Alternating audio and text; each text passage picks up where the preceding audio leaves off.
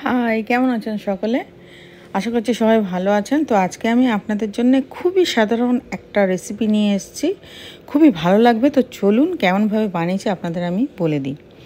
এখানে আমি নিয়েছি কর্ন, এটা হচ্ছে ফ্রোজেন কর্ন 1 কাপ। এটা 200 গ্রামের কাপ আছে।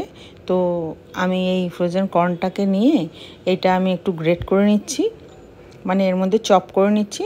তো খুব বেশি চপ করব না, জাস্ট খালি একটু ভেঙে ভেঙে গেলেই হবে। তো এটা করে নেওয়ার পরে তারপরে এটা আমি দিচ্ছি পনির। এটা পুরো 1 প্যাকেট পনির আছে। 1 প্যাকেট পনির মানে 200 গ্রাম পনির এর মধ্যে আমি দিয়ে দিলাম। এবার এর মধ্যে আমি দিয়ে দিচ্ছি 1 টিস্পুনের মতো ব্ল্যাক পেপার আর লবণও 1 টিস্পুন। তো এটা ভিডিওটা হয়নি, তো আপনাদের আমি দেখিয়ে দিচ্ছি আমি এতটা করে নিয়েছি। তো এবার এই লবণ আর ব্ল্যাক পেপার, এবার লবণটা আপনারা কিন্তু এখানে বিট নুনও ইউজ করতে পারেন, কোনো অসুবিধা হবে না। আর দিয়ে দিলাম 1 মুঠো মতো আপনার ধনেপাতা আর 1 টিস্পুনের মতো আমি এখানে দিয়ে দিচ্ছি চিলি ফ্লেক্স।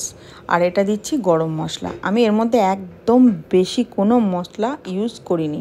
আর দিয়ে দিচ্ছি এটা কাঁচা লঙ্কা। আপনারা কাঁচা লঙ্কা যে যতটা পারেন খাবেন, আপনাদের ঝাল অনুযায়ী আপনারা দিতে পারেন। আর এখানে 2টো পাউরুটি, মানে স্লাইস পাউরুটি ব্রেড, সেটা আমি দিয়ে দিলাম। আর দিচ্ছি 1 কাপ মোজারেলা চিজ। এবার আমার কাছে মোজারেলা চিজ আছে বলে আমি দিয়েছি, আপনাদের কাছে যদি না থাকে, যদি প্রসেস চিজ থাকে তো প্রসেস চিজও আপনারা দিতে পারেন। তো সব একসঙ্গে আমি মিক্স করে নিলাম। মিক্স করে নেবার পরে হাত দিয়ে এটা আমি করে নিচ্ছি কি নাগেটসের মতো বলুন বা স্প্রিং রোল, যাই হোক যেটাই আপনি বলতে পারেন। তো এরকম করে এটা আমি করে নিলাম। তো এতগুলো হয়েছে, আমি আমার যে মাপ সেই মাপ অনুযায়ী দেখুন কটা হয়েছে। আর এখানে আমি নিয়ে নিচ্ছি 1/2 কাপ মতো ময়দা আর লবণ দিলাম 1 টিস্পুনের থেকে কম। আর 1 টিস্পুনে আপনি দিলাম এটা লঙ্কার গুঁড়ো।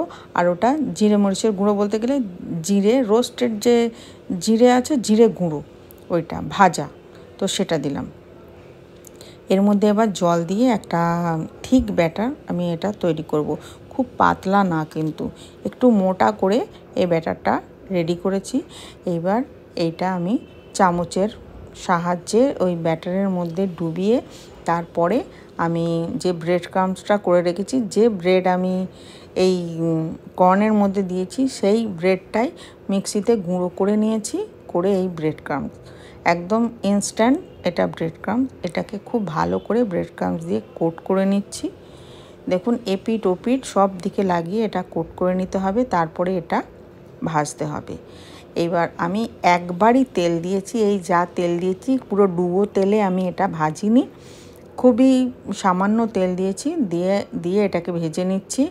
আর এই তেলটার মধ্যেই আমি এর পরেও দেব, সেটাও আপনাদের আমি দেখাচ্ছি। এরকম করে ভেজে নিতে হবে, খুব বেশিক্ষণ রাখলে দেখবেন চিজগুলো বাইরে বেরিয়ে আসছে। দেখুন ওই তেলের মধ্যে এটা দিয়েছি আর এটাকে ঘুরিয়ে ঘুরিয়ে আমি এটাকে ভেজে নিচ্ছি। আবার ওরই মধ্যে আরও 2টো বেঁচেছিল, সে দুটোও আমি দিয়ে ভেজে নিয়েছিলাম, ওটা পুরো সেঁকে সেঁকে করেছিলাম। তো এই দেখুন এইবার এর মধ্যে একটু সস দিয়ে দিচ্ছি। আপনারা যে কোনো সস ইউজ করতে পারেন। আপনি বিশ্বাস করবেন না, এত টেস্ট হয়েছিল এটার, এত টেস্টি যে আপনি যদি একবার বানিয়ে খান তখনই বুঝতে পারবেন। বাইরেটা হয়তো অত মুচমুচে হয়নি, কিন্তু খুব টেস্টি। ভিডিওটা ভালো লাগলে লাইক কমেন্ট করুন।